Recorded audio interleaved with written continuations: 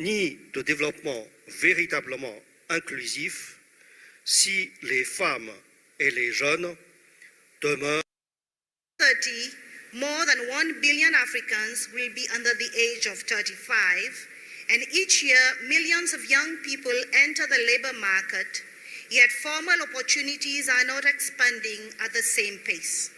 And too many young Africans remain outside education, employment, or training. Too many are affected by conflict, poverty, poor schooling, and exclusion from the decisions that shape their lives. These are not merely statistics, they are expectations, frustrations, and ambitions waiting for leadership. And this is why the demographic dividend cannot be treated as an automatic inheritance. A dividend is earned, and it is earned through investment in education, skills, health, jobs, enterprise, technology, and meaningful participation. If we make those investments, Africa's youth can become the greatest force for prosperity the continent has ever known. If we fail, the same demographic momentum can magnify instability. The role of the African peer review mechanism is to diagnose governance challenges before they become governance crises.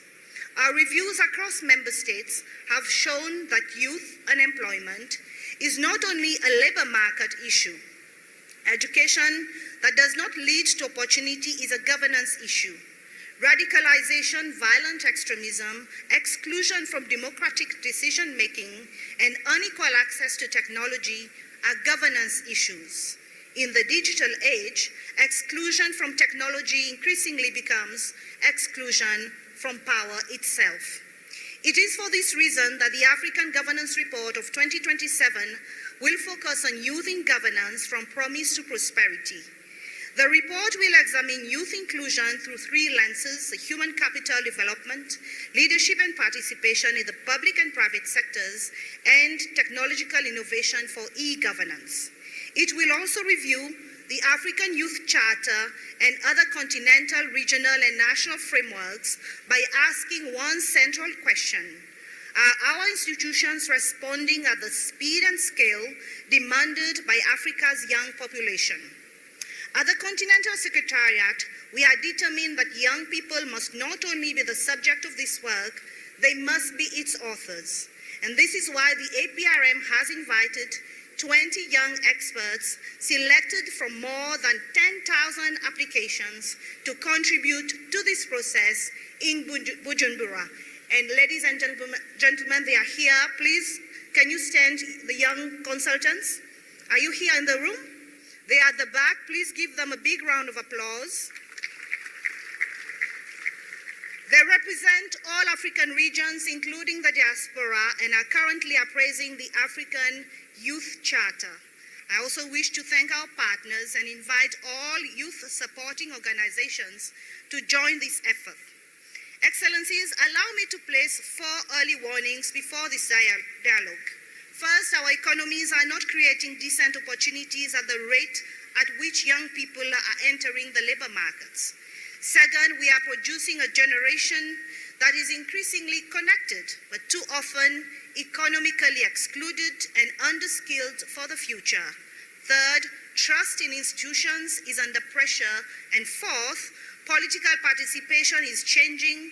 Some young people are turning away from conventional institutions, while digital mobilization and street protests are becoming powerful forms of expression. If governance deficits affecting young people remain unresolved, over the next 5 to 10 years, Africa risks a period of generational turbulence. The next major political shock may not begin with ideology or conventional armed conflict. It may begin with a young population concluding that institutions do not listen, economies do not include them, and elections do not materially improve their lives. We should not wait for crisis to discover that exclusion has consequences. And the next conflicts may also be shaped by competition over basic necessities, especially water. Water for human consumption, agriculture, energy, food security, and even the digital infrastructure that will power the AI economy. Climate shocks, droughts, and floods can intensify scarcity, displacement, and food insecurity, and this is why the theme of this dialogue, focusing on water, peace, and inclusive leadership, is so timely. And the next arena of conflict will also be digital. It will be shaped through devices, platforms, data, and narratives. Those who control information increasingly control influence. Data sovereignty is therefore not a technical matter alone. It is a governance, development, peace, and security imperative. The APRM's work on e-governance seeks to support member states in building digital systems that are secure, inclusive, transparent, and responsive to citizens. And future risks may also emerge in our rapidly expanding cities and in the governance of natural resources, especially critical minerals. Urbanization without planning, jobs, housing, transport, water, and sanitation can turn cities into spaces of exclusion. Critical minerals can become a source of renewed conflict or a foundation for transformation. The choice depends on transparent, accountable, and citizen-centered governance. I do not raise these issues to paint a somber picture of Africa's future. I raise them as a collective reality check. Early warning is not meant to create fear. It is meant to create responsibility. An early warning without early action is merely a well-written obituary for a crisis we could have prevented. And the African Youth Charter 20 gives us a rare opportunity to reset. Ratification is necessary, but ratification without implementation cannot transform a life.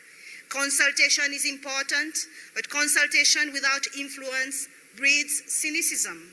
Youth programs are valuable, but fragmented projects cannot substitute for economies, institutions, and public systems that work for young people at scale.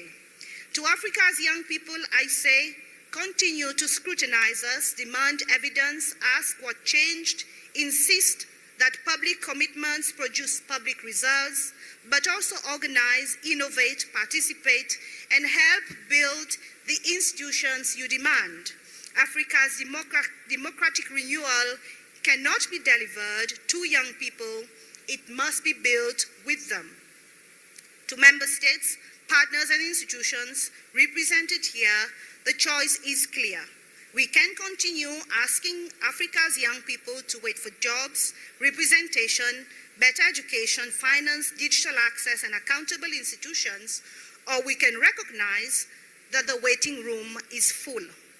Let this Charter 20 moment mark the beginning of a new implementation era, an era in which demographic promise becomes human capital becomes productive opportunity, technology becomes inclusion rather than exclusion, participation becomes influence, and early warning becomes early action. Working together can move beyond promises to action and make a meaningful and lasting impact in the lives of Africa's young people. I wish you well, and I thank you.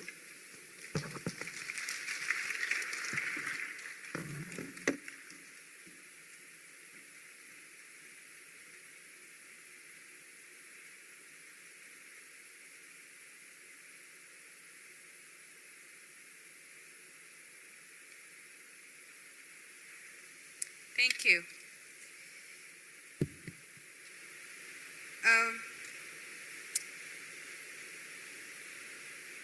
We now have the honor of welcoming His Excellency Mr. Mohamed Khaled, Ambassador of the People's Democratic Republic of Algeria and Chairperson of the African Union Peace and Security Council for the month of August. Your Excellency, we kindly invite you to take the floor. Thank you.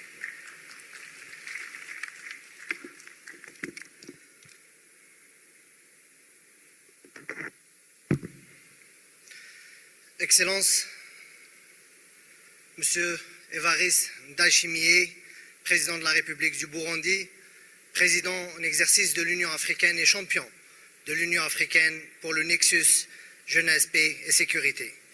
Excellence, Madame Angeline Ndayishimiye, Première Dame de la République du Burundi, Excellence, Monsieur Domitien Ndayizeye, ancien président du Burundi et président du panel des sages de l'Union africaine, Excellences, Mesdames et Messieurs les membres du gouvernement, hauts représentants des autorités du Burundi, tout protocole observé, Excellences, commissaire Bankole Adeoye, commissaire de l'Union africaine aux affaires politiques, à la paix et à la sécurité, Excellences, commissaire Gaspard, digne représentant du Burundi auprès de la Commission de l'Union africaine, Excellences, Mesdames et Messieurs, chers collègues, distingués jeunes, femmes, présents aujourd'hui.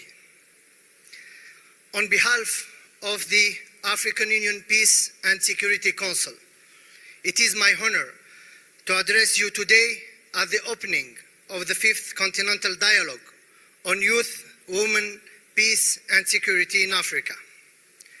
This year's dialogue is convened under a theme that is very close to the priorities of the Council, as it seeks to elevate the leadership role of the youth and women in conflict prevention, peace building, and the promotion of sustainable peace through responsible water and resource governance.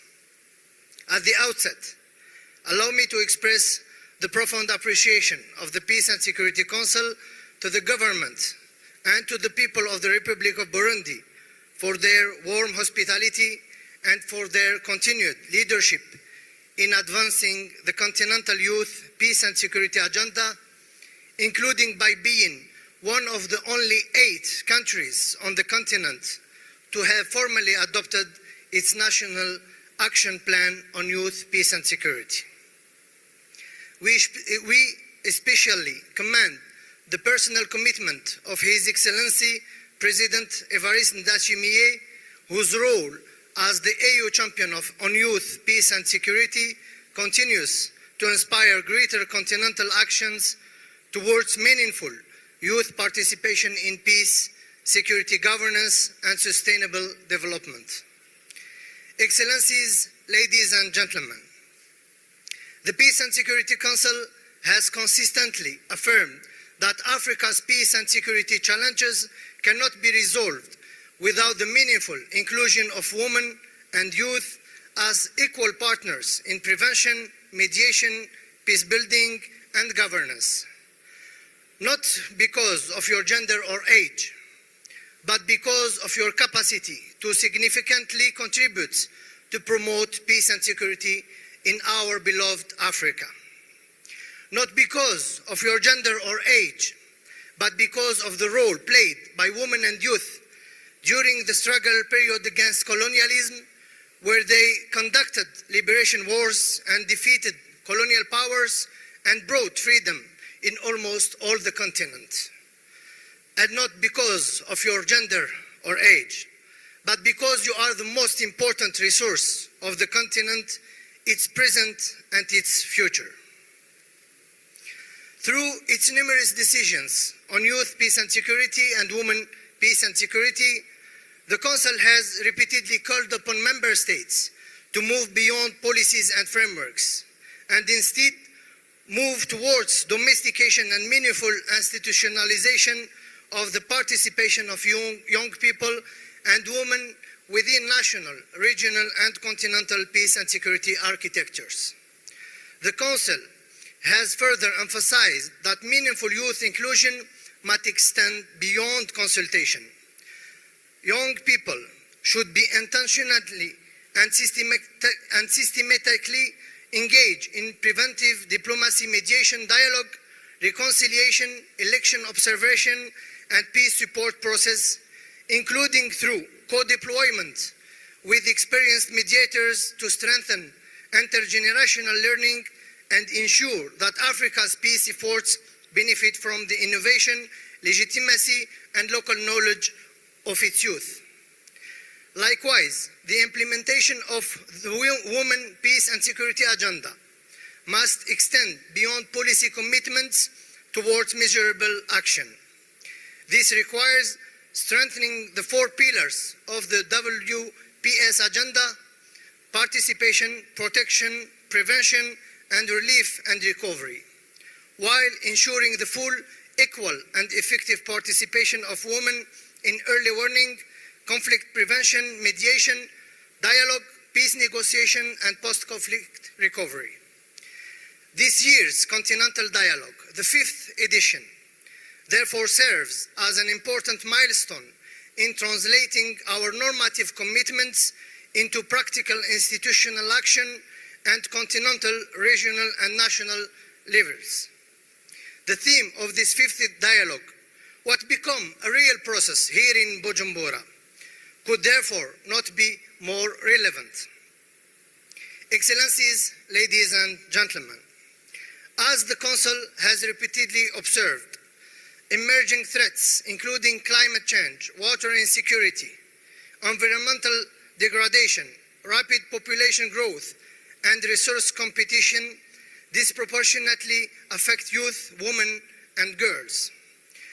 Addressing these interconnected challenges therefore requires gender-responsive and youth-inclusive approaches that place women and young people at the center of prevention and resilience. The adoption of the Continental Framework on Youth, Peace and Security and its 10-year implementation plan that the Council called for its full domestication through youth-centered national action plans and sustained implementation, the establishment of the WISE Youth Network and Femme WISE Africa in strengthening women's leadership in mediation, preventive diplomacy, and in advancing intergenerational approaches to peace building, as well as the nomination by the African Union chairperson of an AU Special Envoy on Women, Peace and Security to advance the Continental WPS agenda are some concrete examples of the African Union initiatives. Such mechanisms and other women and youth-driven initiatives are consistent with the principles of Agenda 2063, which envisions an Africa whose development is people-driven, relying on the potential of its women and youth, as well as with the aspiration of silencing the guns by 2030 agenda, which recognizes that sustainable peace requires inclusive governance, stronger institutions, and resilient communities. Excellencies, ladies and gentlemen, the Peace and Security Council welcomes the emphasis placed on strengthening the synergies between the youth, peace and security, and women, peace and security agendas, and wishes to reaffirm its commitment to, first, accelerating implementation of the Continental Framework on Youth, Peace and Security and its 10 years implementation plan. Second, accelerate implementation of the Women, Peace and Security Agenda and the AU Continental Results Framework. Third, institutionalizing the meaningful participation of youth and women within governance, preventive diplomacy, mediation, and peace process. And last but not least, promoting responsible governance of natural resources, including water, as an essential pillar of conflict prevention, resilience, and sustainable peace. In conclusion, the success of our continental frameworks, including the Youth, Peace and Security and Women, Peace and Security Dialogue, will not be measured by the number of policies we adopt or by the numbers of meetings and conferences we are organizing, but by, first, the shared, concrete, and constant commitment of the African Union member states, the African Union and its several organs, and by you, our youth, men and women, to the African unity and solidarity. And second, by the extent to which youth and women experience greater peace, security, opportunity, and dignity in their everyday lives. The Council, therefore, calls upon all member states, regional economic communities, regional mechanisms, partners, and stakeholders to work cohesively and decisively in translating our collective commitments into sustained action. The dialogue should mark another decisive step towards that shared objective. The youth and women here present today that have this opportunity to contribute to this important dialogue should never forget that they are talking on behalf of millions of women, youth, and children facing devastating conflicts and dramatic humanitarian challenges, and like you here present, and like all of us, aspire to live in dignity and stability and dream for a better future in their country, in the Africa we want. The Council looks forward to receiving the outcome communique of this important dialogue and to the concrete recommendations that will further strengthen implementation of both the youth and women peace and security agendas. Asante sana, shukrans. Thank you very much for your kind attention.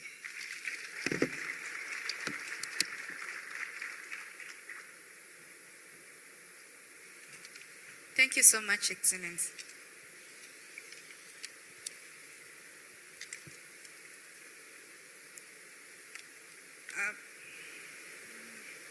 And now, before proceeding, we are pleased to recognize the presence of Madame Doris Mumu, UN Women Representative to the African Union, and Madame Céline Banhumuhari, representative of the CEO of ODA-NEPAD.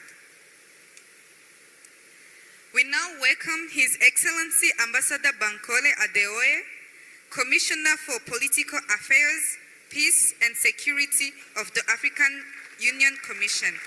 In this capacity, His Excellency leads the African Union's work on political affairs, conflict prevention and management, peace building, peace and security across the continent. Your Excellency, you have the floor.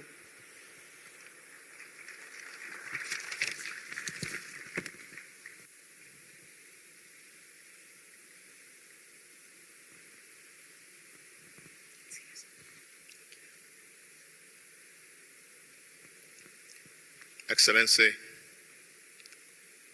President of the Republic of Burundi, Chairperson of the African Union, and the champion on youth, peace, and security. Excellency, First Lady of the Republic of Burundi, Excellency, former President of the Republic of Burundi and Chairperson of the panel of the wise, senior officials, ministers of the government of the Republic of Burundi, Ambassador of the People's Democratic Republic of Algeria and Chairperson of the African Union Peace and Security Council for the month of August, African Union Commissioner for Education, Science, Technology, and Innovation, Special Envoys, High Representatives of the African Union and the United Nations, Chief Executive Officer of the APRM Continental Secretariat, distinguished chairs and co-chairs of FEMWISE and WISE Youth Africa, distinguished ambassadors, African Youth Ambassadors for Peace, ladies and gentlemen. First and foremost, I wish to express profound appreciation for the hosting of this 5th Continental Dialogue. On behalf of the Chairperson of the African Union Commission, His Excellency Mahmoud Ali Yusuf. Excellency, President of the Republic, please allow me to express profound thanks and gratitude for your vision, for your resolute leadership as chairperson of our union, and most importantly, as champion for youth, peace, and security. I believe the President deserves a special warm round of applause. For us in the African Union Commission, we thank the government and people of Burundi for their continued commitment. This is resolute commitment. Bujumbura has become, indeed, an enviable destination for advancing intergenerational dialogue on peace, stability, and security. The theme as many of the speakers have stated, is both timely, inspiring, and also consequential. It speaks directly to our collective responsibility to build peace and advance the conditions that may prevent peace, particularly water security.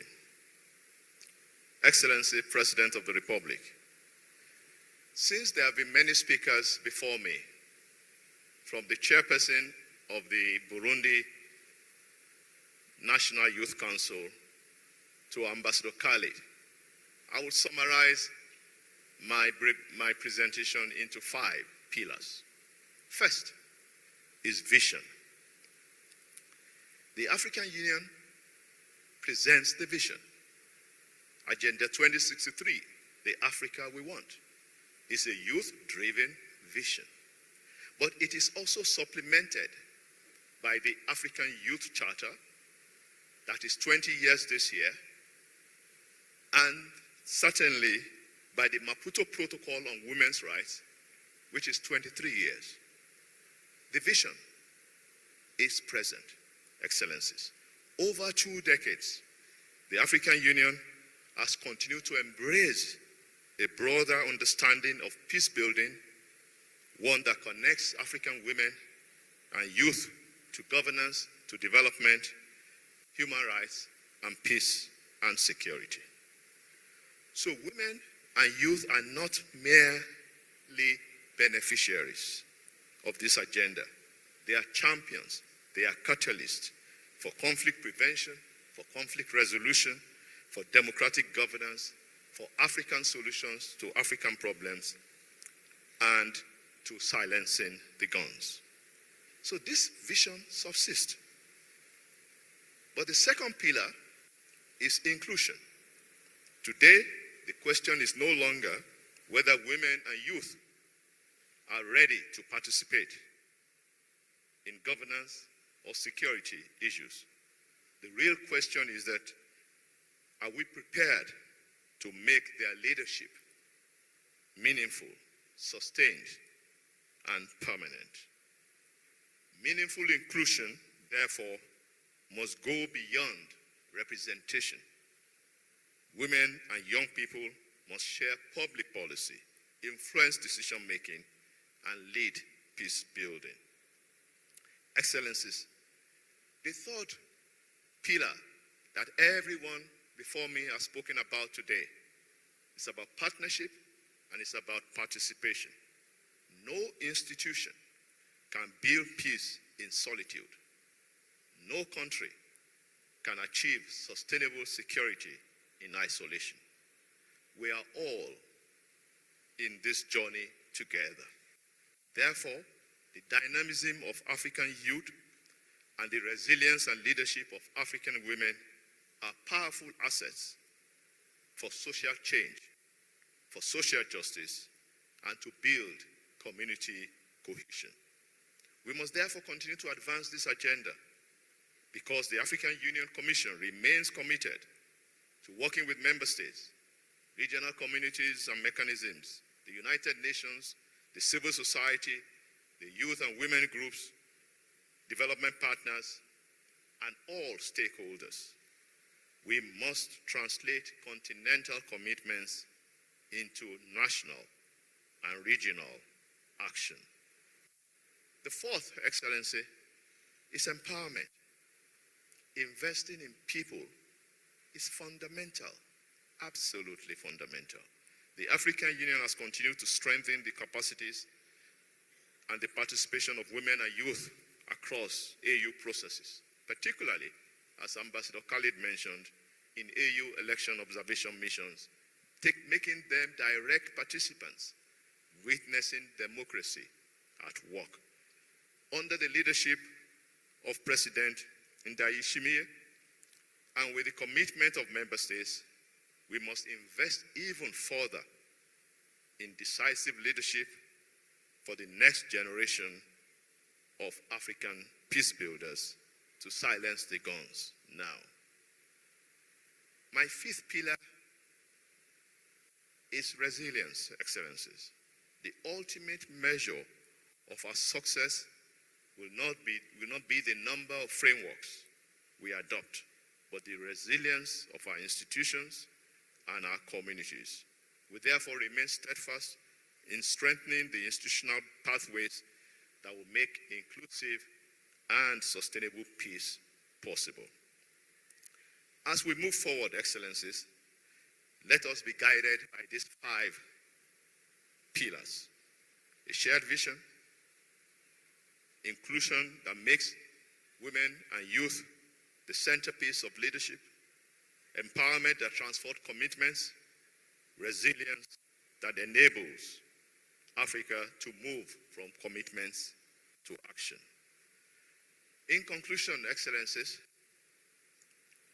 let me quote a woman of substance, an African leader, former President of the Republic of Malawi, Her Excellency Joyce Banda, who stated, and I quote, "The seeds of success in every nation on earth are best planted in women, youth, and children. Let us therefore continue to invest in Africa. Let's continue to invest in Africa's women and youth, not tomorrow, but from today. Together, we can build the Africa we want: peaceful, inclusive, secure, stable, and prosperous. We can do more together." I thank you.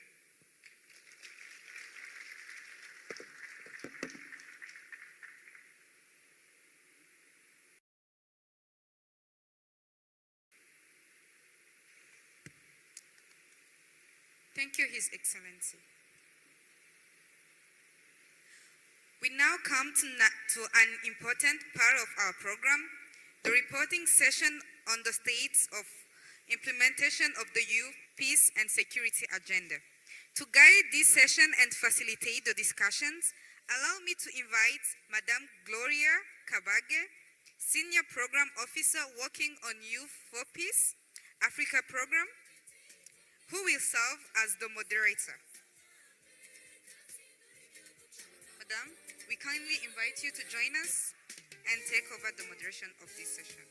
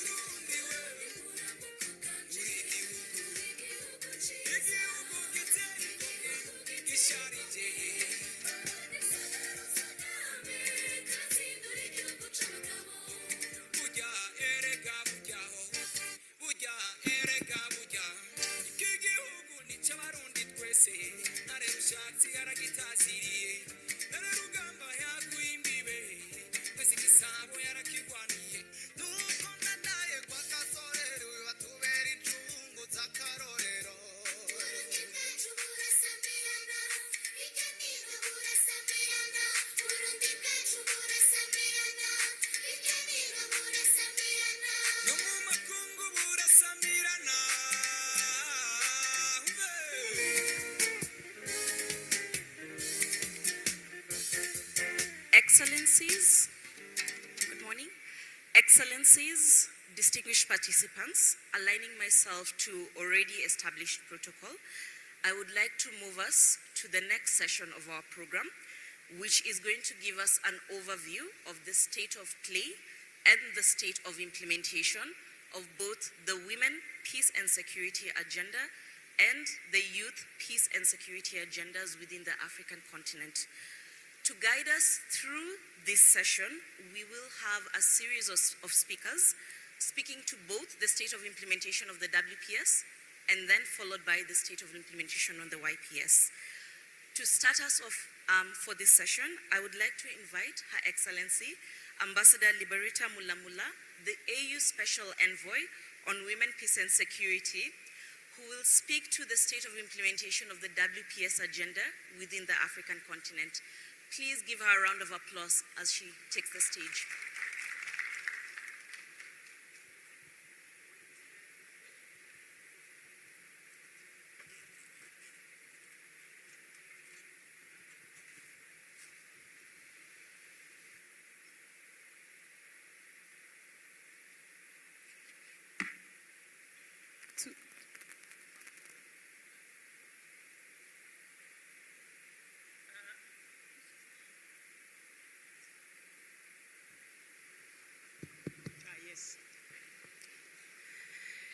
Hello,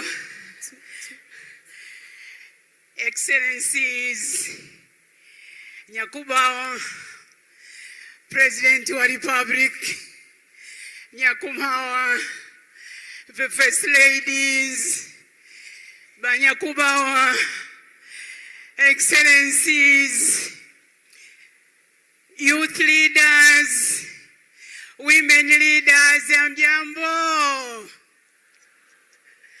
Tujira mahalo.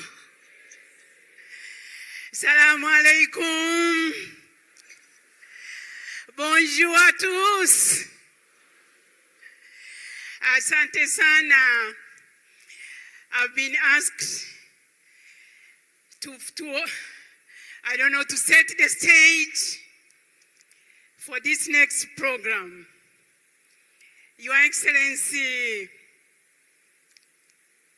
President Evariste Ndayishimiye, urakoze cyane. We are so happy and delighted to be back in Bujumbura. As they call it, is the capital of the youth. But I wanted to add on, it's the capital of the women and leadership.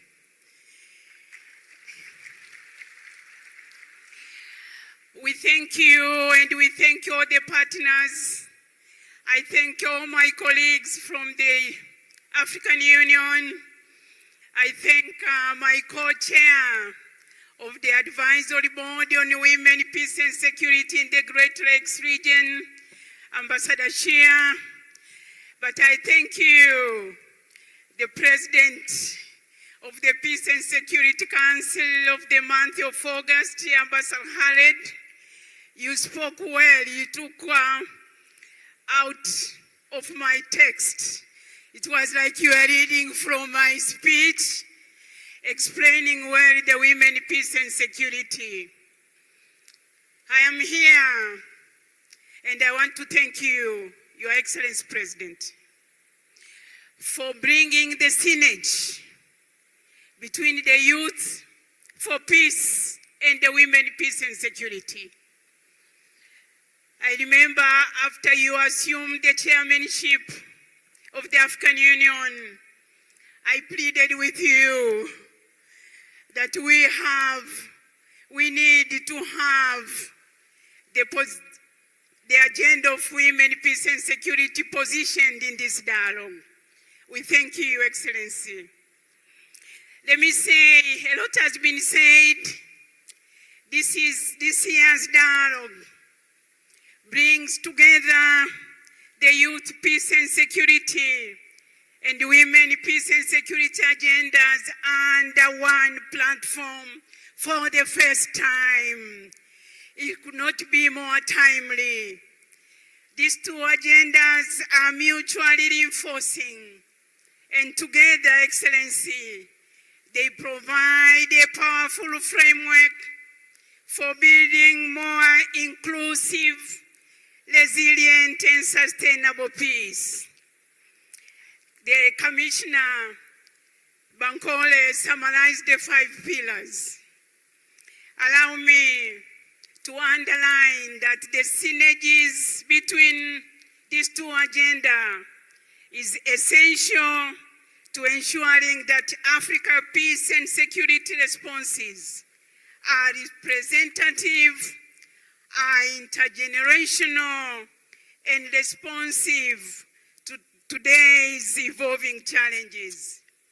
In particular, Excellencies, we must recognize the unique contribution of young people, young women who stand at the intersection of both agendas and whose leadership is essential to preventing conflict, responding to crises, and sustaining peace. Excellencies, this year's theme also reminds us that water security and responsible resource governance are no longer simply environmental or development concerns. They are fundamental peace and security issues. Women and young peoples are often the most affected by resource scarcity, by climate-related insecurity and conflict. Yet, they are also at the forefront of community resilience, mediation, natural resource management, and peace building. It has been underlined the need for institutionalizing the women and the young women voices, expertise, and leadership is therefore not a matter of inclusion, but a strategic imperative for preventing conflict and building lasting peace across our continent. Excellencies, before they called me to order, they gave me only 3 minutes. Let me, Excellency, with your permission, let me say the following as a plan of action or takeaways. First and foremost, Excellencies, let us, as mentioned, institutionalize the Swakopomund process. Commissioner Bankole, are you there? I'm reminding about the Swakopomund commitment that women's meaningful participation in peace processes becomes the norm rather than exception, and you committed to 30% as minimum of women participation in all African Union-led peace processes. Secondly, let us fundamentally rethink how we finance the women peace and security agenda. I call upon member states to institutionalize gender-responsive budgeting, conduct gender audits of national budgets, and adopt gender-responsive public finance legislation that guarantees predictable domestic financing for national action plans. Today, Excellencies, I wish to launch a continental call of action. The 75% of budget of your national action plans through domestic resources by 2030. Your Excellency President Ndayishimiye, Burundi has an opportunity to demonstrate continental leadership by becoming the first African Union member state to make this commitment. Let us strengthen accountability by accelerating the signature, the ratification and domestication of African Union Convention on ending violence against women and girls. I want to thank Your Excellency and Burundi for being the first, among the first signatories to this convention on ending violence against women and girls. Through you, Your Excellencies, and through the Speaker of the National Assembly, Your Honorable, we would like to see that this convention that was signed is expedited through the parliamentary process so that Burundi joins Gambia in ratifying this historic and important convention. Your Honorable Speaker, I'm putting this call to you, and I thank you in advance, Ikaze cyane. And finally, let us strengthen the synergies again between the women, peace and security, and the youth, peace and security agendas. Young women are not the leaders of tomorrow alone. They are already mediating conflicts, mobilizing communities, and shaping Africa's peace and security landscapes. Our institutions must recognize, support, and invest in their leadership today. Excellencies, Africa has developed the frameworks. Africa has demonstrated the political will. Now we must demonstrate the same ambition in implementation, because the true measure of women, peace and security agenda will not be the commitments we make, but whether African women and girls are able to influence peace processes, access justice, lead recovery, and shape a more peaceful, inclusive, and resilient continent.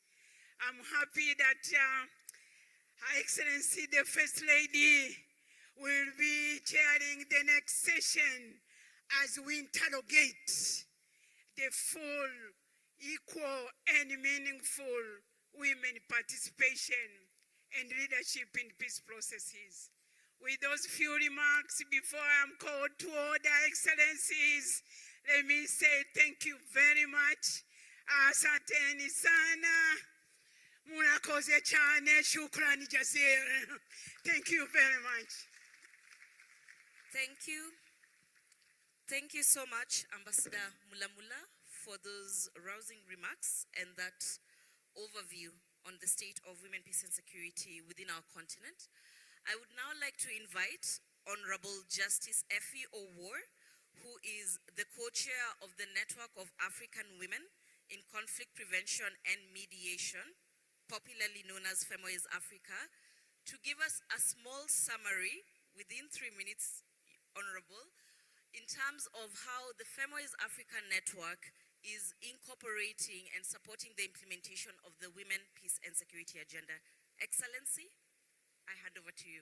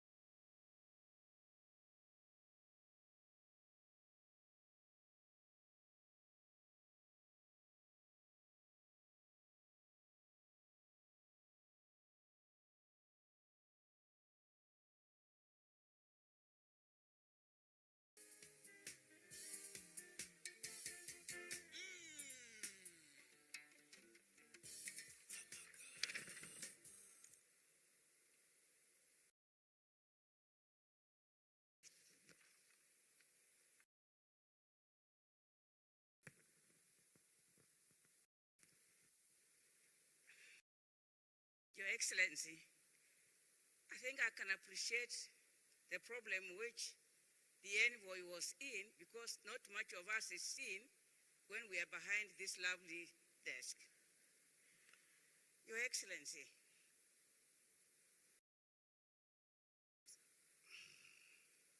the President of this great country, Burundi, Chair of the African Union and African Champion for Youth, Peace and Security. Your Excellency, the First Lady, distinguished colleagues, ladies and gentlemen, allow me to stand on the existing protocol. It is a privilege, Your Excellency, to me to address this continental dialogue on behalf of the FEMOIS Africa, the African Union Network of Women Mediators, and the panel of the WISE African Union, Your Excellency, whose chair now is your own brother, the ex-president of this republic. I welcome this opportunity to reflect on the progress we continue to make in advancing women's leadership and peace and security across our continent. FameWise Africa was established by the heads of states to ensure that women are recognized as leaders in preventing conflict, mediation disputes, and building sustainable peace. The network was created to move women from the margins of peace efforts into positions where their voices shape decisions. Today, FameWise Africa is becoming a strong institutional mechanism for turning this vision into practice. Our work over the past years shows clear movement from advocacy to meaningful inclusion. Women are taking on more visible roles in the peace efforts, and their contributions are helping to strengthen the legitimacy and sustainability of mediation processes.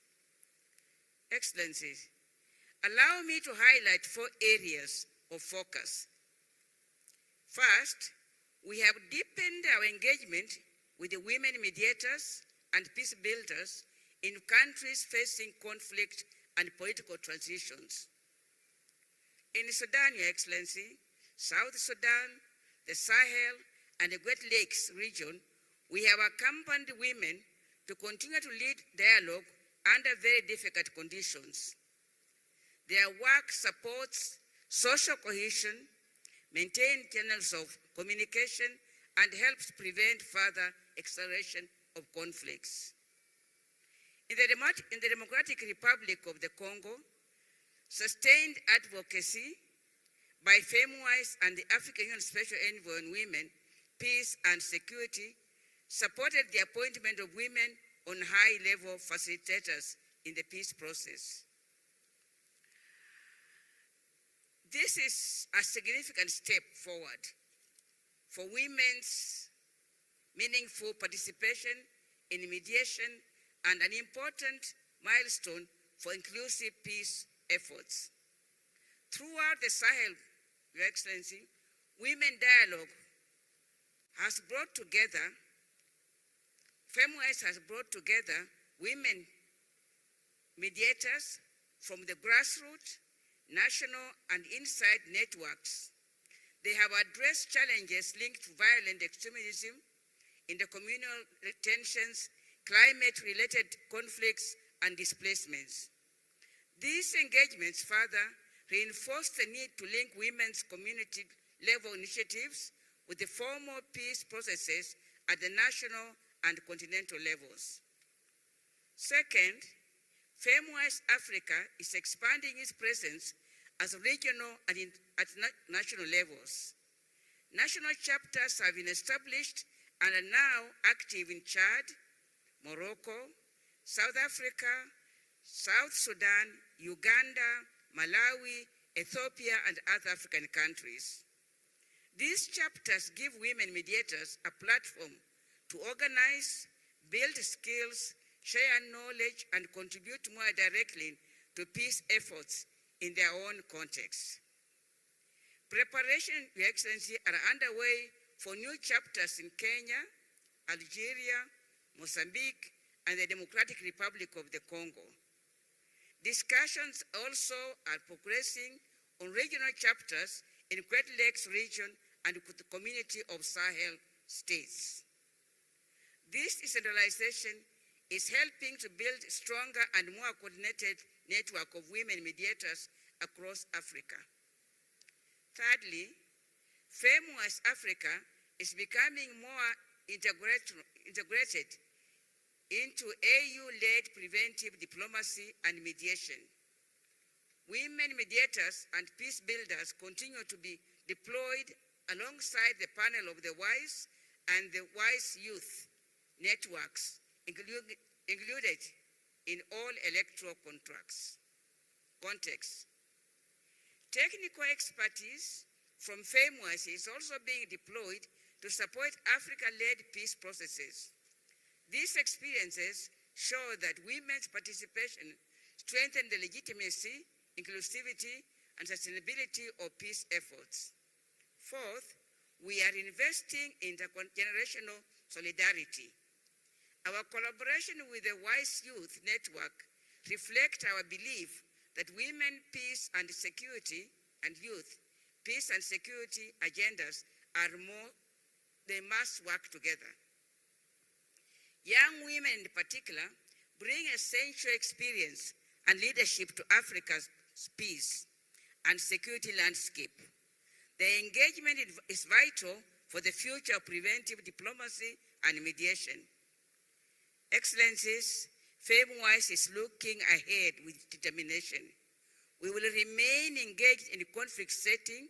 We will broaden the network. We will invest in women's mediation and young peace builders, and we will nurture partnerships and support Africa peace efforts. Our task is clear. We must move from presence to influence. We must move from participation to leadership, and we must move from commitment to accountability. Going forward, FameWise Africa will strengthen the national and regional chapters. We will support women mediators in the countries facing conflict and transitions.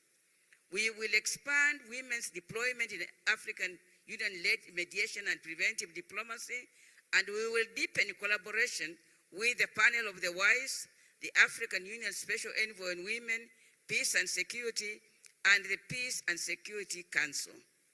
These steps will help ensure that women leadership is recognized and sustained across all levels of peace efforts. We also remain committed to ensuring that the voice of grassroots women are connected to national, regional, and continental peace processes. Women should not be invited into the peace efforts after decisions have already been made. They should be present at the table when these decisions are being shaped. Let us continue working together for a future in which African women are not only represented at peace processes, but recognized, supported, and empowered as leaders in shaping Africa's peace and security agenda. I thank you. But before I leave, Your Excellency, may I congratulate, through the First Lady, may I congratulate the African women who make sure that the resources we need for peace, meaning the youth, will be present in the coming generation in bigger amounts. Congratulations, African women, for doing a good job and producing the youth. Thank you.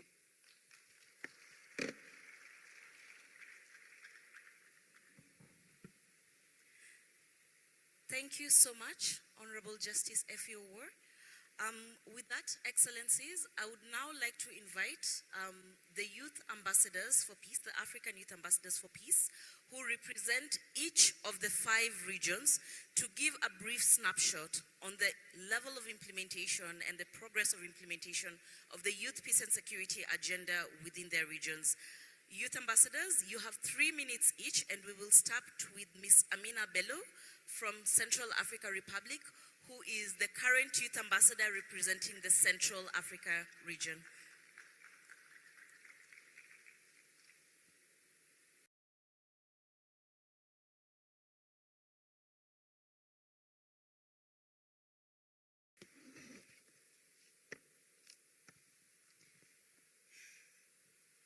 Excellences, Monsieur l'Évariste Ndayishimiye, Président de la République du Burundi, Président de l'Union africaine, champion de l'Union africaine pour la jeunesse, paix et sécurité, Excellence, Madame la Première Dame, Excellence, l'ambassadeur Bankole, commissaire de l'Union africaine aux affaires politiques, à la paix et sécurité. Excellences, tous les protocoles observés. Mesdames et messieurs, c'est un honneur pour moi de prendre la parole aujourd'hui au nom de la jeunesse d'Afrique centrale. Je suis Amina Bello de la République centrafricaine, ambassadrice de la jeunesse africaine pour la paix auprès de l'Union africaine qui représente la région Afrique centrale. Je tiens devant vous aujourd'hui pour porter les voix, les aspirations et la détermination des jeunes de notre région. L'Afrique centrale est l'une des régions les plus jeunes du continent. Plus de 60% de sa population a moins de 30 ans. Pourtant, elle demeure parmi les plus affectés par les conflits armés persistants, des déplacements forcés et d'instabilité politique, exposant ces populations à une profonde vulnérabilité. Dans ce contexte, la mise en œuvre de l'agenda jeunesse, paix, sécurité reste inégale et appelle une attention soutenue. Grâce au travail acharné de nos prédécesseurs AYAP et nos partenaires régionaux, les progrès significatifs ont été accomplis. 3 pays de notre région ont déjà validé leur plan d'action national sur l'agenda jeunesse, paix, sécurité, à savoir la République démocratique du Congo, le Burundi et le Cameroun.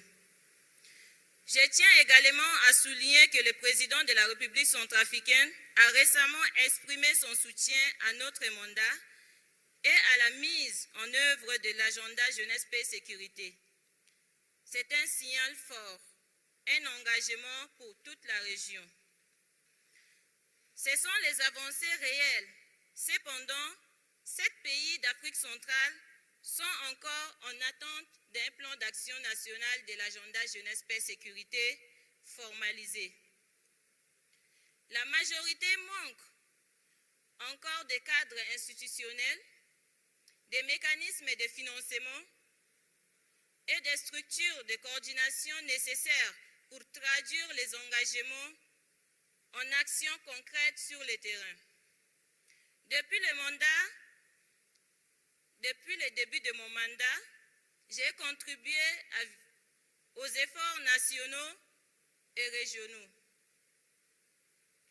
larges visant à faire avancer l'agenda jeunesse, paix, sécurité en Afrique centrale, ainsi qu'au niveau continental, en portant les perspectives des jeunes dans le processus de l'Union africaine et de la mécanismes régionaux. Ces engagements m'ont convaincu que les jeunes ne sont pas seulement les bénéficiaires des politiques de la paix, ils sont les acteurs essentiels.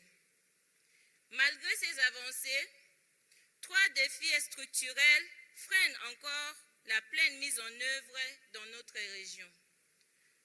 7 pays sur 10 ne disposent pas encore un plan d'action national sur l'agenda jeunesse, paix, sécurité, ce qui limite la capacité des jeunes à s'engager dans le cadre formel de paix et sécurité. Le manque de financement dédié et durable pour les institutions de la jeunesse contraint nos organisations à défendre le financement externe imprévisible. La fragmentation de la coordination entre les CAC et l'Union africaine, les Nations unies et les sociétés civiles génère des doublons et des occasions manquent d'impact. Sur la base de ces défis, je soumets respectueusement 3 recommandations. Premièrement, c'est d'accélérer l'élaboration de l'adoption de la plan d'action national sur l'agenda jeunesse, paix, sécurité dans l'Afrique centrale. Avec un appui technique et financier dédié à l'Union africaine, à la CAC, y compris les programmes de la prévention des violences électorales dans les pays concernés par les échéances imitantes.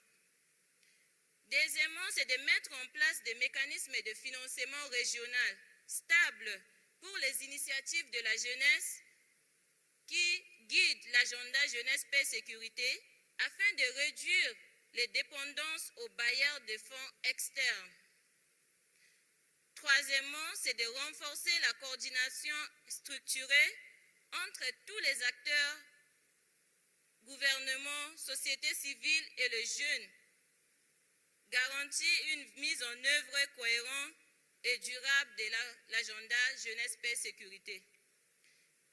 Excellences, Monsieur le Président de la République, la jeunesse d'Afrique centrale n'attend pas d'être invitée à la table de la paix, Elle constitue déjà dans ces communautés, dans ces écoles et dans ces quartiers. Ce dont elle a besoin, c'est que les institutions marchent avec eux, avec des ressources, avec la confiance et les espaces réels pour diriger. La paix en Afrique centrale construira par les jeunes et non sans les jeunes. Je vous remercie pour votre attention.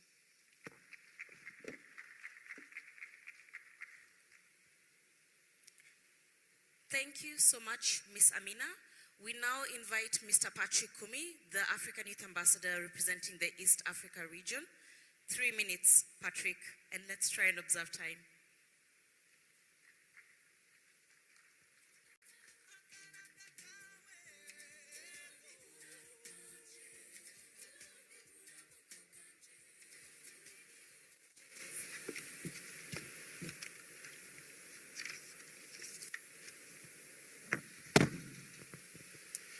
Your Excellency, the President of Burundi and the African Union Champion on Youth, Peace and Security, and also the Chairperson of the African Union, allow me to stand on already established the protocol. It is an honor to share an update on the state of youth, peace and security implementation in the Eastern region. As the Youth Ambassador of the region, and also someone that have a first-hand experience in working with the children affected with armed conflict, and also as someone who understands displacement from my personal experience and how the YPS agenda speaks to these realities. Across the region, youth, peace and security continues to gain momentum. We continue to see greater attention from government, regional institutions, stronger engagements by the young peace builders, and important steps in translating the agenda into national frameworks. One clear example is the progress about national youth policy, peace and security frameworks. My own country, South Sudan, has just recently adopted its national youth peace and security strategy running until 2028. Kenya has developed its first national action plan on youth, peace and security, while countries like Uganda, Tanzania, Somalia, Ethiopia are at different stages of developing their own. And that exactly tells us that the agenda itself is moving very fast. But the phase and the depth of implementation of this agenda is still very different across the different regions, or in the particular Eastern region itself. Because developing the framework is another big thing, but making it work for the young people themselves, it's also another different thing. Across the Eastern region, young people are responding to tensions. We see this in Sudan, we see this in South Sudan in their own communities. They are supporting dialogues, they are working across the differences and contributing to peace on places where affected by conflict, displacement, political tensions, and also climate pressures. Yet we continue to see that many of them still struggle to access the resources and the formal spaces where peace and security discussions always happen. Financing remains a major challenge. There is still a gap in how institutions and actors work across in the region. At the same time, while young people are increasingly invited into the consultations we continue to have in the continent or in the region, we still need to see that more consistent participation in these spaces by the young people, specifically where decisions are actually made. Most importantly is when I joined this mandate, I am not starting from zero. The previous Eastern Youth Ambassadors for Peace have laid a very big foundation. They have helped advance the youth, peace and security discussion in our region, including working around the national action plans, regional consultations, and also intergenerational dialogues. They have helped create safe spaces for peace builders to engage with the regional and continental processes. I know many young peace builders from Eastern African region are in this room today, And I want to recognize them because much of the progress we continue to see in the region or we are speaking about is also built through the work they continue to do every day in their own communities. In this current mandate, we are building on this work together through the recent Addis Ababa technical consultations and our engagements with young people across Eastern African region, including countries like Somalia and Comoros. We continue to hear one single message across the region. The next phase should be implementation. And from all this conversation, I see three key things that deserves all our attention. The first, we need to move from national action development to financing and implementing. Where plans already exist, we need to support them with the budget, clear responsibilities, and accountability. Where we don't have these plans, we need to support its development. The second, we need more predictable and accessible financing for youth-led peace-building organizations. Many of these organizations are doing a long-term peace-building work, but still depend on very short projects. This is not sustainable. The third, young people need a more consistent places where peace and security decisions are actually made. This includes conflict prevention, early warning, electoral processes, and our natural resources. Your Excellency, in the Eastern African region, we have already made a very huge progress, and we must acknowledge that. But perhaps the defining question for all of us in the next couple of years should be, are our efforts translating to meaningful impact? Can a young peace builder working in a refugee settlement, a border community, or in a places where conflict is, and actually, can they be able to see these commitments working? Can they access the resources when they need it? Can they still enter the spaces where decisions are made? Can they influence what happens in their own communities? When we have the answers, or if we can answer yes to all those questions, more consistent across the Eastern region, then we will know that youth, peace, and security is at the same time gaining momentum and also creating change to those who deserve it most. Thank you. Thank you so much, Patrick. I will now invite Ms. Hasna Tamam, the African Youth Ambassador for the North Africa region, to speak to the progress of implementation within her region.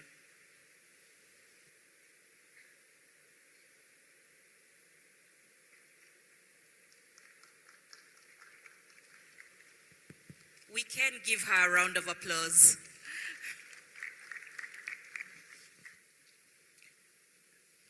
Your Excellency, the President of Burundi, Your Excellency, Ambassador Bankole Adoue, AU Commissioner for Political Affairs, Peace and Security, allow me to stand on all existing protocols.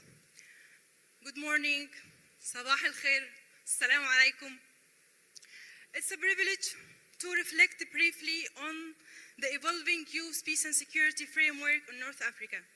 Across the region, we are witnessing a growing recognition that investment in young people is not only a development imperative, it's equally an investment in conflict prevention and building positive peace. This is particularly important in a region often perceived as a relatively peace,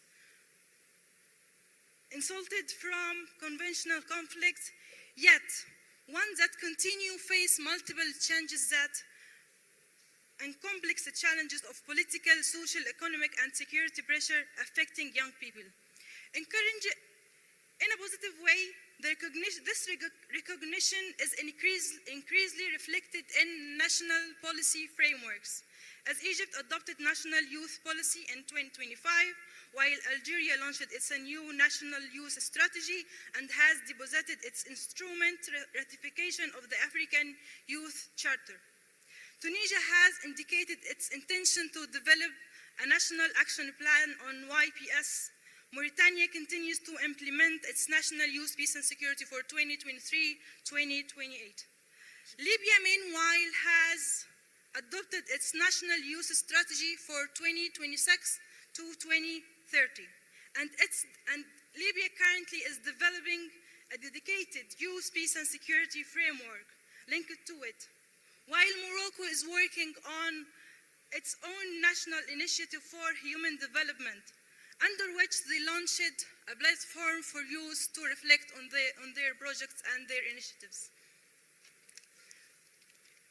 Those kind of experiences are really important because they raise an important question. Because rather than viewing youth, peace and security as an entirely separate policy architecture, we can increasingly embed it into within existing national youth development, prevention, and peace-building frameworks. Distinguished Excellencies, let me reflect on one of the most important experiences on YPS in Northern Africa region. The emerging Libya experience provides an instructive example. Libya is advancing its youth peace and security framework through a partnership that brings together young people, public institutions, security actors, and civil society. This process operates through two complementarity pillars. The first, engage institutions, including the Minister of Justice, Interior, and Defense, through dialogue and capacity building. The second pillar is that engage civil society, youth activists, and community leaders within approximately 150 young people from Libya from different 5 regions. Importantly, the process is intended to move beyond consultation, and it seeks to, first, generate concrete policy recommendations, second, support locally led youth initiatives, and third, to establish a Libya Youth Coalition for Peace Building as a platform that connecting youth from institutions, civil society, and community within decision makers. These experiences underscore a broader lessons from Northern Africa. This lesson is that track 1.5, track 2 are very important in the region to advancing YPS framework. Think tanks, policy frameworks, civil society organizations, and above all, youth-led organizations are creating a space where formal institutions may not always able to reach. Across the region, the CSOs and the track 2 actors were able to, in Libya, facilitate community dialogue, supporting conflict transformation and strengthening political participation. In Tunisia, they have supported youth participation and enhancing the government ecosystem. In Egypt, they were able to increase the ability to build the capacity of youth on peace and security. Those are a few examples among others. Distinguished Excellencies, we also witnessed regional platforms such as Aswan Youth Dialogue, Tangier Process, and Youth Diplomacy Forums in Wahran further demonstrate the growing space for youth peace and security in Northern Africa region. The question before us is not simply whether Northern Africa need more youth peace and security policies. The more important question is that, how do we translate this growing momentum into a measurable and practical impact? And now, allow me to highlight 4 priorities. First, we must strengthen coordination among government, regional institutions, and civil society. Second, we need to invest in implementation. Framework require resources, institutional ownership, clear timeline, and mechanisms for accountability. Third, youth participation must move beyond consultation.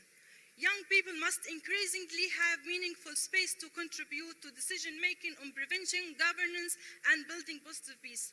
And fourth, and which is very important, We need to deepen regional cooperation and experience sharing while supporting RICS and REMS in Northern Africa region to further institutionalize YPS and embed it into their institutions. And always remember, as North Africa region, as a non-violent region,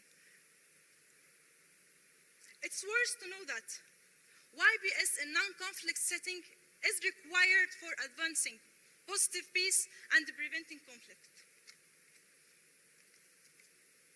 To conclude, I respectfully call upon our distinguished leaders to become even stronger champions of YPS agenda.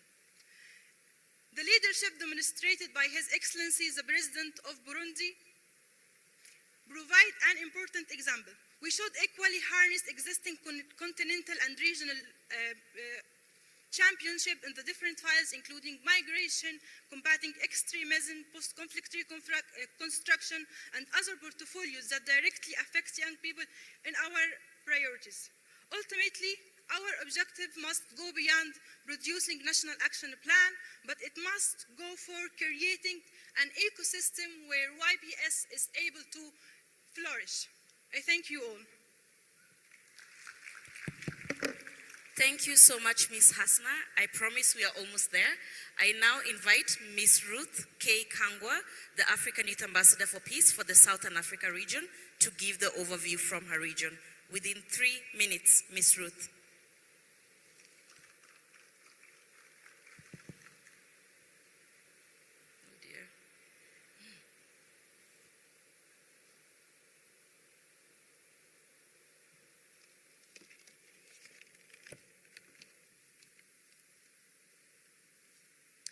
Your Excellency, President of the Republic of Burundi, Chairperson of the African Union, Your Excellency, Commissioner Bankole, the First Lady of the Republic of Burundi, and Your Excellencies in the audience, I wish to ride on already observed protocols. Your Excellency, I will briefly share the Southern African perspective on the implementation of the Youth, Peace and Security Agenda as we stand in August 2026. For me, this work did not begin with my appointment as African Youth Ambassador for Peace. In October 2025, I was just a young girl advocating for young women's political participation called Girls Gone Political. But I happened to be found by your brother, President Hakainde Hichilema, who appointed and sworn me in as the youngest member to serve on Zambia's Technical Committee on Constitutional Reforms.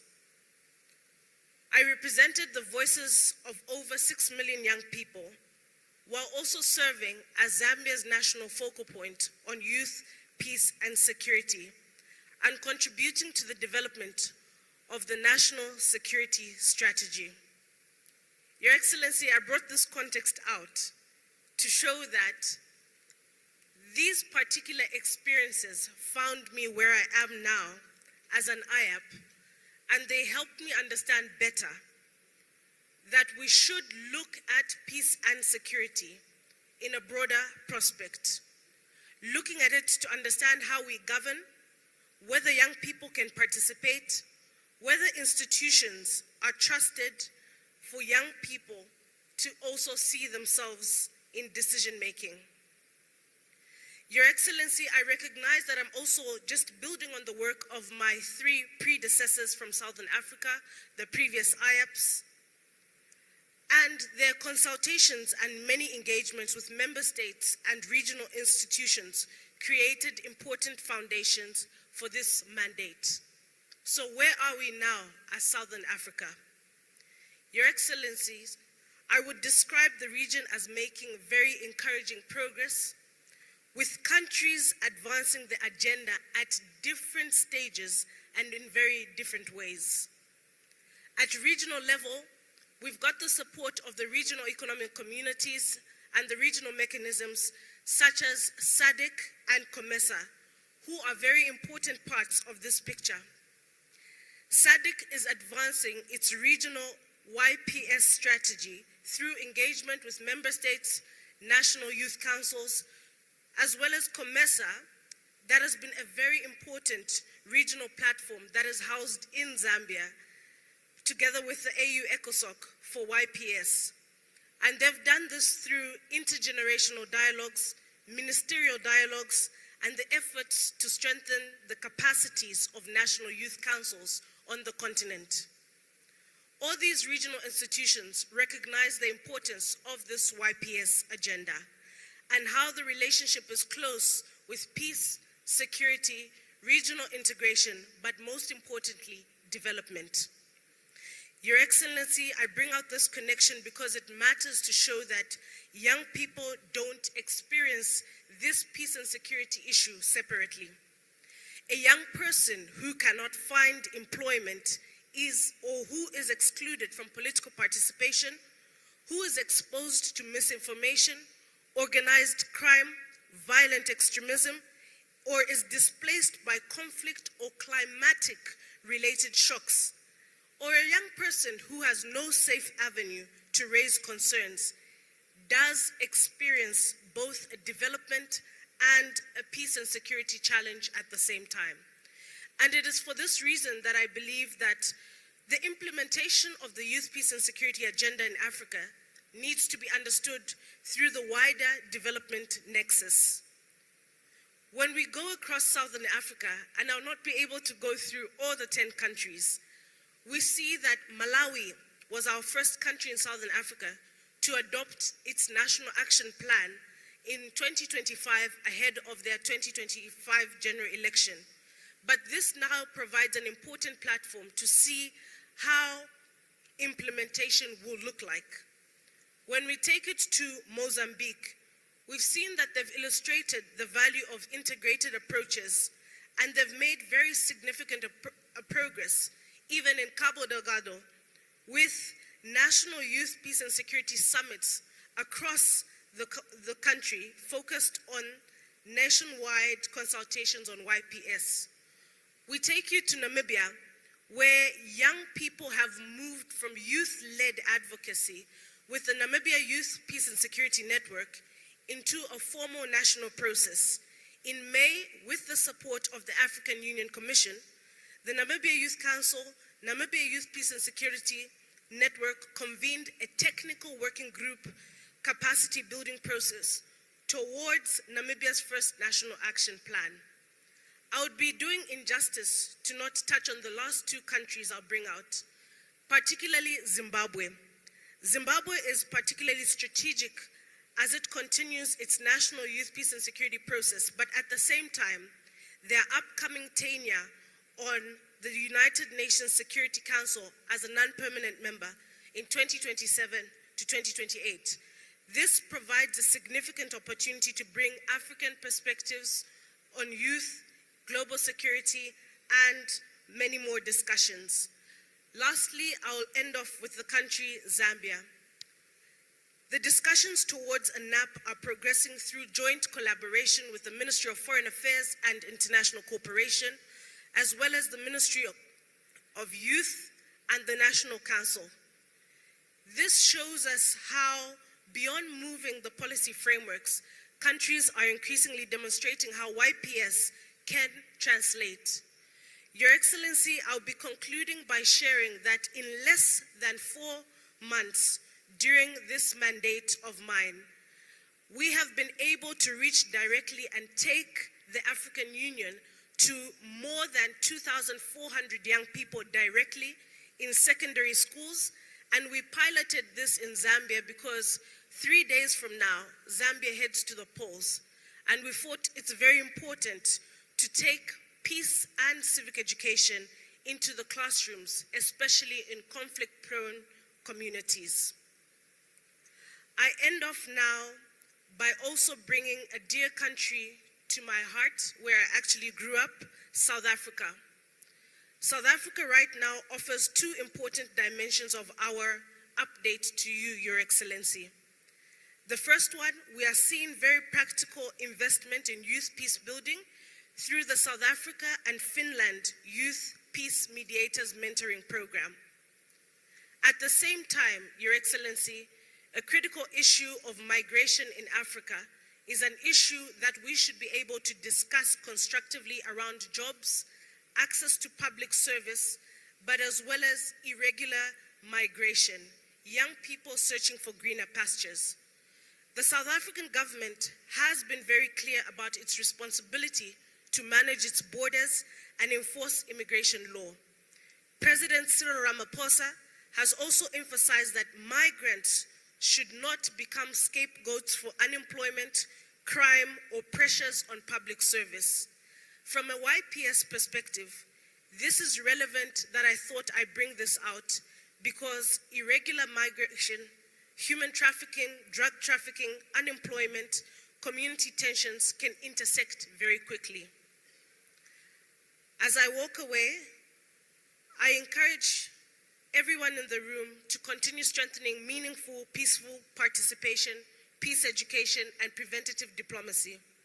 Your Excellency, with only 3 years remaining in the African Union's 2020 to 2029 implementation decade, I believe this is an important window to build greater political momentum beyond the development of national action plans to financing and implementing, so that we can build peaceful and prosperous societies and contributing to the Africa we want by 2063. I wish to thank you, sir. Thank you so much, Ms. Ruth Kangwa. I will now invite our last speaker, Mr. Bakari Sonko, the African Youth Ambassador for the West Africa region.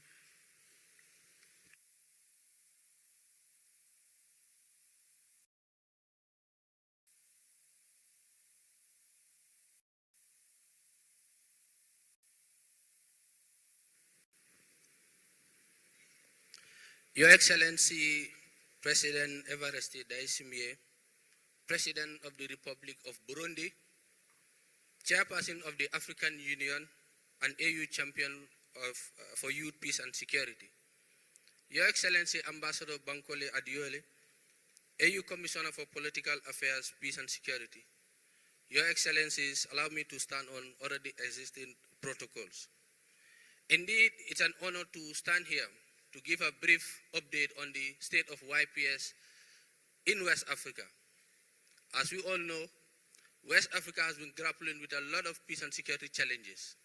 However, young people of West Africa did not relent. They continue to show commitment.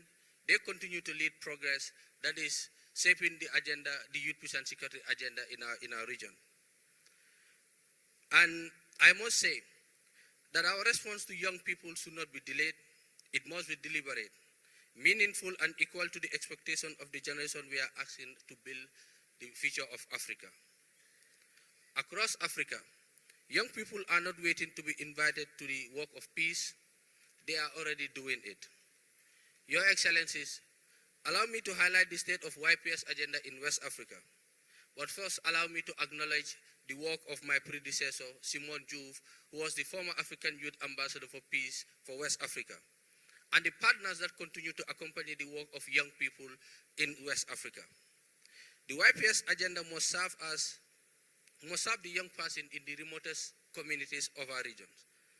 The continental framework must therefore become a living instrument, not simply a document discussed in policy and public or diplomatic circles, but one that reaches the communities and responds to the realities experienced by young people. Excellencies, in the Gambia, young people helped lead the development of its National Action Plan and continue to contribute to its implementation. Whilst in Nigeria, young people are contributing to the aspiration of silencing the guns through creative and community-based initiatives, and that empower their peers to reject violence and choose peace. In Nigeria also, young people led the development of its National Action Plan and are on the process of reviewing and start the process of another one. In Liberia and Senegal, young people are contributing to the development of their respective National Action Plan processes, whilst Liberia have adopted their first ever National Action Plan on youth, peace and security. Niger's adoption of its national action plan a few weeks ago demonstrated what will become when political will meets youth leadership. Other countries including Ghana, Guinea-Conakry, Mali, Benin, and Burkina Faso are also advanced in their national action plan process. These are not simply national initiatives. They represent a growing movement to domesticate the African Union Continental Framework on Youth, Peace, and Security. Your Excellencies, but we must reflect more deeply and even honestly on our realities. Developing a national action plan alone is not the destination. Adoption is not implementation. A policy document is not impact. And consultation is not meaningful youth participation unless young people influence and that participation moves from presence to influence. One task, therefore, is to strengthen youth political ownership, financing of our national action plans, institutional coordination, monitoring and accountability of these policies. We must ask, who is responsible for implementation? Where are the resources coming from? How are young people involved in monitoring this process? And how is accountability shaped? And most importantly, can a young person in our remotest communities feel the difference of these policies? These are the questions we must therefore, and it must define the next chapter of the youth peace and security in Africa. As we gather here in Burundi for the 5th Continental Dialogue, I believe we have an opportunity to move beyond reaffirming what we already know. We already know that young people matter. We already know that young people are already contributing to peace. And we already know that Continental Framework provides us with a shared vision. The question before us now is therefore whether we are able to summon the political courage, whether we are able to promote institutional commitment and to implement it at a scale that our continent requires.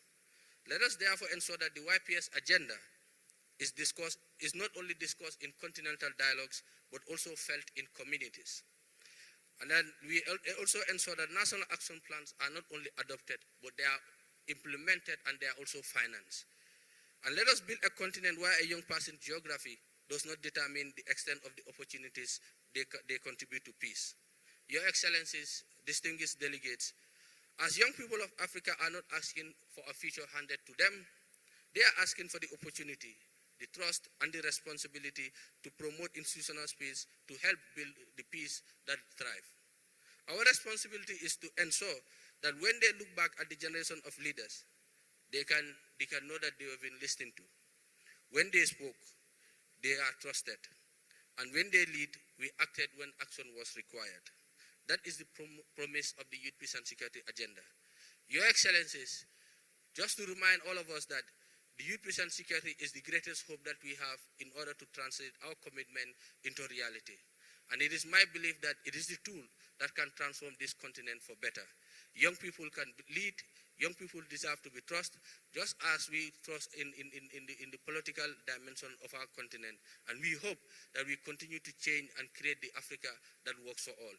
For this is for us and for our people, for now and for the future. Thank you very much. Thank you so much, Mr. Bakari Sonko.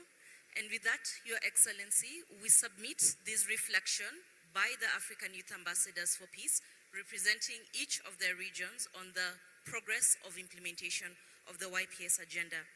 Your Excellency, we also wish to inform you that ahead of this year's Continental Dialogue, for the first time, under the leadership of the Embassy of Burundi in Addis Ababa, and coming together with distinguished partners, development partners, our regional economic communities, we convened a technical level consultation ahead of this dialogue in July in Addis Ababa, which was held under the theme Advancing Inclusive Governance, Institutionalizing the Role of Youth and Women in Peace, Security, and Policy Reform in Africa. As a result of that consultation that was convened in a hybrid manner, bringing together young people from across the continent, the young people did come up with an outcome document that is meant to highlight areas in which we can use to further implement the WPS and the YPS agenda, also taking into account the Nexus approach. Excellency, with your permission and with the permission of protocol, we would wish to invite the 5 African Youth Ambassadors for Peace to present this outcome document on behalf of the young people on the continent to Your Excellency in your role as the AU champion on youth, peace and security.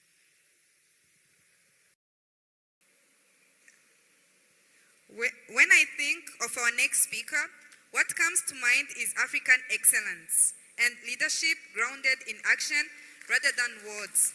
He has never stopped believing in the power of this continent, in its youth, its potential, its future.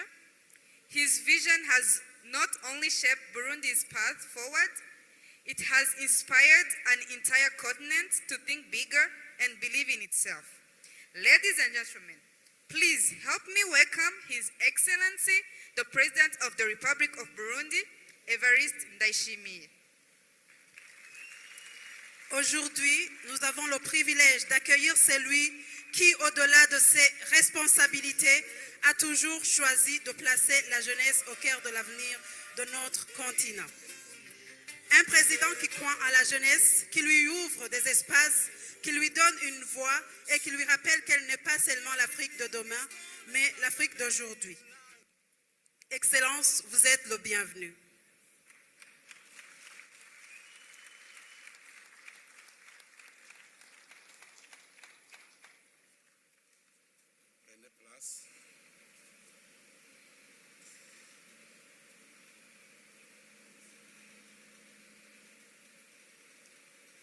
Excellences, Mesdames, Messieurs, les hautes autorités de la République du Burundi, chacun dans son rang et qualité. Excellences, Mesdames, Messieurs, les responsables de différents commissariats de la Commission de l'Union africaine. Excellences, Mesdames, Messieurs, représentants les États et les organisations internationales et régionales. Chers ambassadeurs jeunes, distingués participants, mesdames et messieurs, les invités, rendons grâce à Dieu le Tout-Puissant, dont la bienveillance et la protection nous accompagnent tous les jours, car lui seul revienne toute la gloire, tout honneur et toute la reconnaissance aujourd'hui et pour toujours. Excellences, Mesdames, Messieurs, chers et jeunes Africains, c'est avec un profond respect et un sincère plaisir que nous vous accueillons en cette journée du 10 août 2026 consacrée à l'ouverture des travaux de la 5e édition du dialogue continental sur l'agenda jeunesse, paix et sécurité en Afrique, étendue cette année à l'agenda femmes, paix et sécurité. En ma qualité de président de la République du Burundi, de président en exercice de l'Union africaine et champion de l'Union africaine pour l'agenda jeunesse, paix et sécurité, c'est avec une immense joie que je vous souhaite la bienvenue à Bujumbura, consacrée capitale africaine de la jeunesse par la décision 868 de la 37e conférence des chefs d'État et de gouvernement de l'Union africaine, qui a institutionnalisé ce dialogue continental comme un événement devant prendre place chaque année ici à Bujumbura. Votre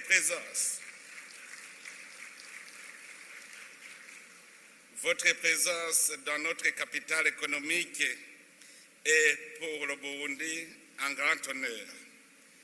Elle témoigne de la confiance de notre continent, que notre continent place en cette ville devenue un espace privilégié de dialogue, d'innovation et de mobilisation de jeunes en faveur de la paix, de la sécurité et du développement durable.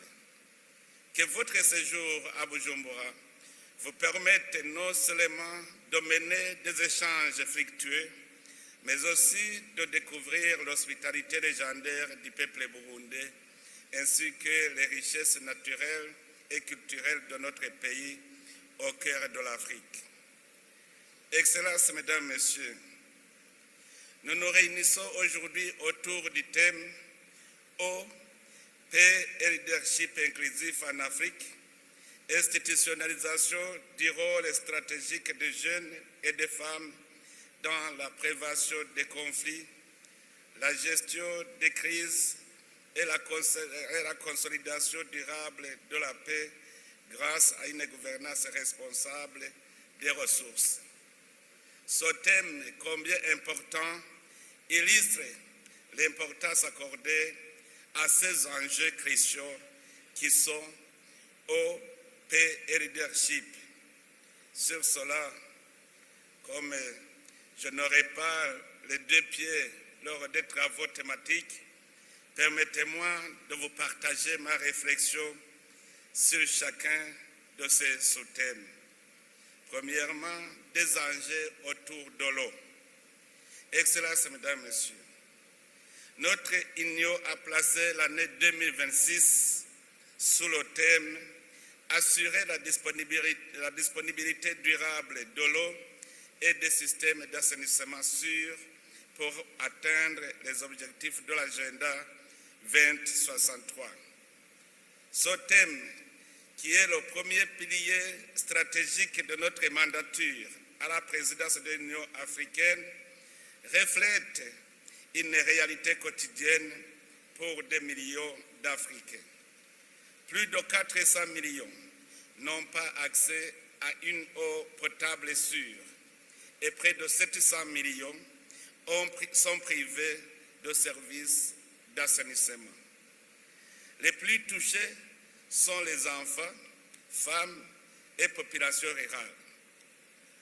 On envoie un enfant puiser de l'eau à des kilomètres, rentrant fatigué et frustré. Quelquefois même, les parents obligent leurs enfants à aller puiser de l'eau avant de se rendre à l'école. Une femme, là-haut sur l'épaule, quitte son champ avec un pot rempli d'eau sur la tête pour s'empêcher de retourner à la fontaine, là en bas de la montagne. Tout cela est un fardeau porté par la jeunesse et les femmes au quotidien. C'est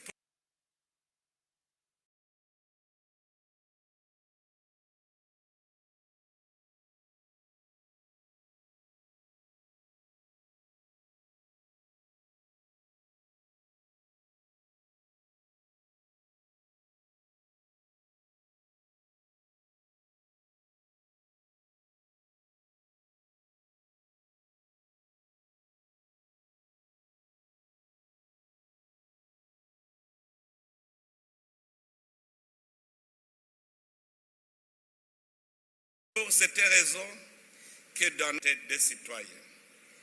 Ainsi, notre objectif est de promouvoir une gestion durable et inclusive de l'eau, de renforcer la coopération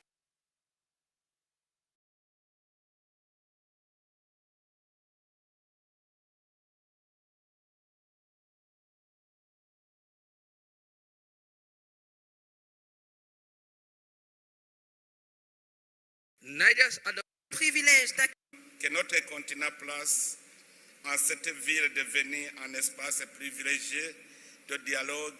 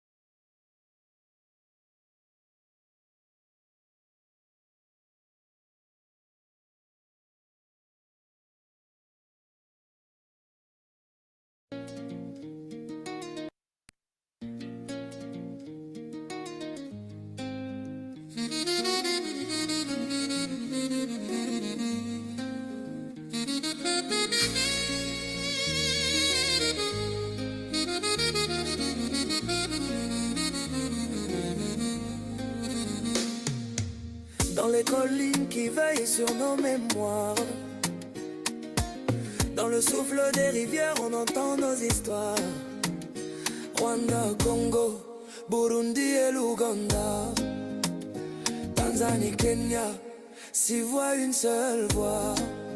On a pleuré les ombres, on a porté les chaînes, mais nos voix se relèvent, plus fortes que la peine.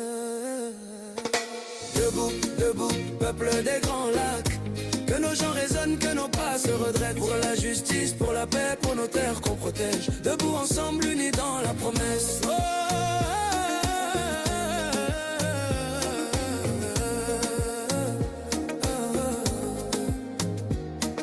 les montagnes murmurent les noms qu'on n'oublie pas. Les enfants rêvent d'un monde où la peur n'existe pas. De Kigali à Kampala, de Bujumbura à Goma, de Dar es Salaam à Nairobi, nos voix se lèvent à l'unisson là-bas. On marche pour nos droits, on marche pour nos frères, pour nos sœurs qui se relèvent pour un avenir meilleur. Dans les larmes du passé, nos mémoires